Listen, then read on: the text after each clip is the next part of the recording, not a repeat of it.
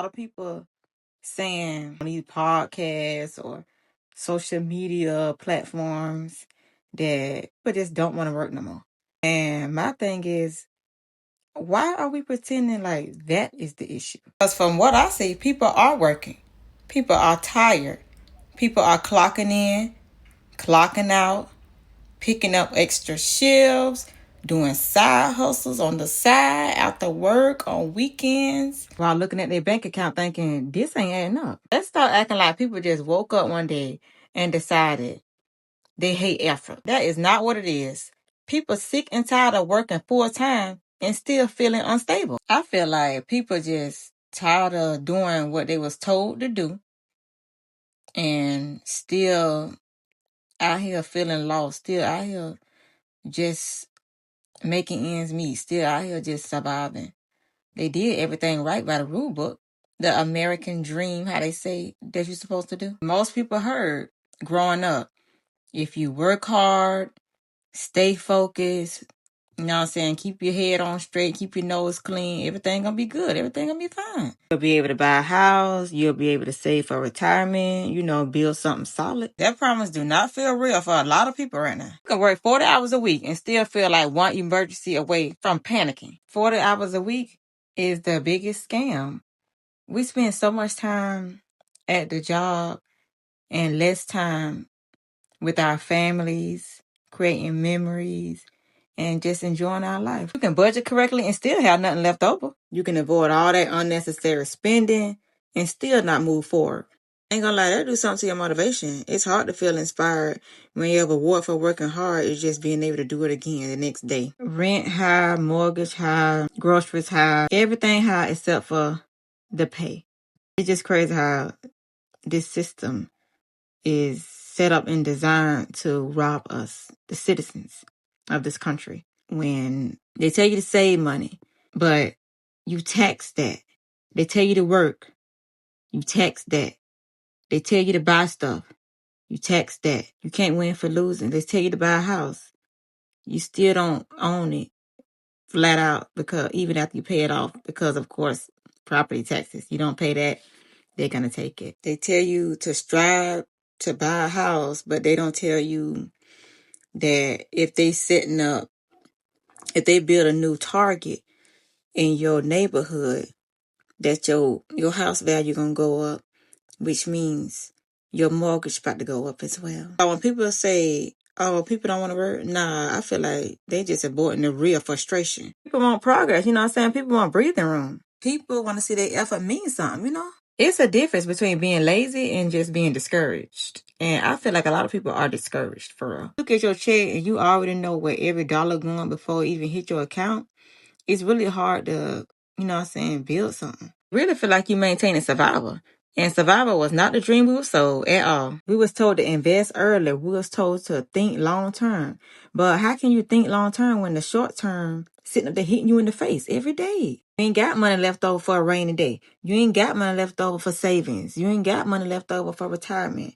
People out here that got master's degrees, doctorate degrees, and still can't get a job. Got all these student loan debt. That's what I'm saying. They'll sell you this dream and tell you, go for it. This is how you're supposed to do. This is how you be a law-abiding citizen in this country. Like, just paying for education is insane.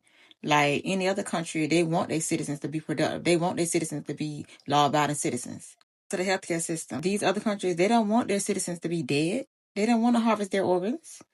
Sitting around mad ain't gonna change the situation though.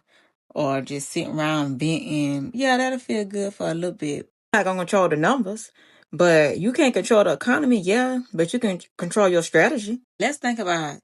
If your job disappeared tomorrow, what can you fall back on? The question might be uncomfortable, but honey, it's necessary. Like, depending on one check in this type of economy is scary. Like, I heard you have to have at least 7 incomes just to even be a millionaire. That's the statistics. It's just very, very scary because we seen it in the recession. These corporations lay you off any minute. Care about the employee as a person. I remember this one job I had an emergency. My children was in a car wreck. and it was very, very brutal. But I had to work that following morning. So I just let the job know that. I was very emotional on the phone, very much crying hysterically because these are my babies. That's hurt, But no emotion. They did. I promise you. I kid you not. You cannot make this up. I'm telling you. They had no emotion. No. The next day, they calling me talking about, oh, can you come to work? Like, not how the children doing. Is everything okay?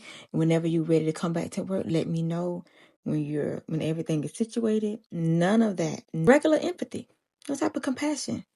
Just inhumane. These corporations do not care. They will replace you in a minute. If anything happened to you, they replace you just like that. It's good to learn a new skill or even ask for negotiate your salary, ask for a raise, get you some bonuses, get you some stocks and bonds, research and buy investment. The same products that we buy daily, every day anyways, you can actually invest in those same companies. That's something to think about as well. I know none of that is glamorous, none of it is fun, but being stuck in the same spot, that's even worse, boo. I feel like people is not afraid of working hard. They afraid of working hard for nothing. They afraid of giving their best years to something that don't even give nothing back to them. Some of the people done work on the job for 30 years and they still stuck in the same spot. Ain't nothing changed. Don't let disappointment convince you that growth is impossible. Maybe the first step is being brutally honest about your money. It's updating your resume. Or maybe it was a course that you always wanted to take. We need real conversations about our lifestyle choices. The things that we can't control, we should be able to work on better things. You know what really grinds my gears is when people, they'll assume you ignorant or call you ignorant just because you got an accent. Like, yeah, I got a southern accent. I'm a Florida girl. You know what I'm saying? Like, people from up north, they have an accent as well. They're not ignorant. They're not dumb. People from other countries, they have accents. They have broken English. They're not dumb. They're not ignorant. They don't lack knowledge just because how someone speaks. And it's just crazy how people how people think. Like, that shows me how ignorant they is. That shows me what type of mindset you got. You obviously don't have common sense yourself. It's funny to me. Cause ain't nobody gotta like me. I'm not here to make friends. I'm here to continue to make Jesus famous. Jesus loved me. Okay? I'm not here for that. I'm here to get his army ready, get his disciples when he come back. That's what I'm here for. That's my goal.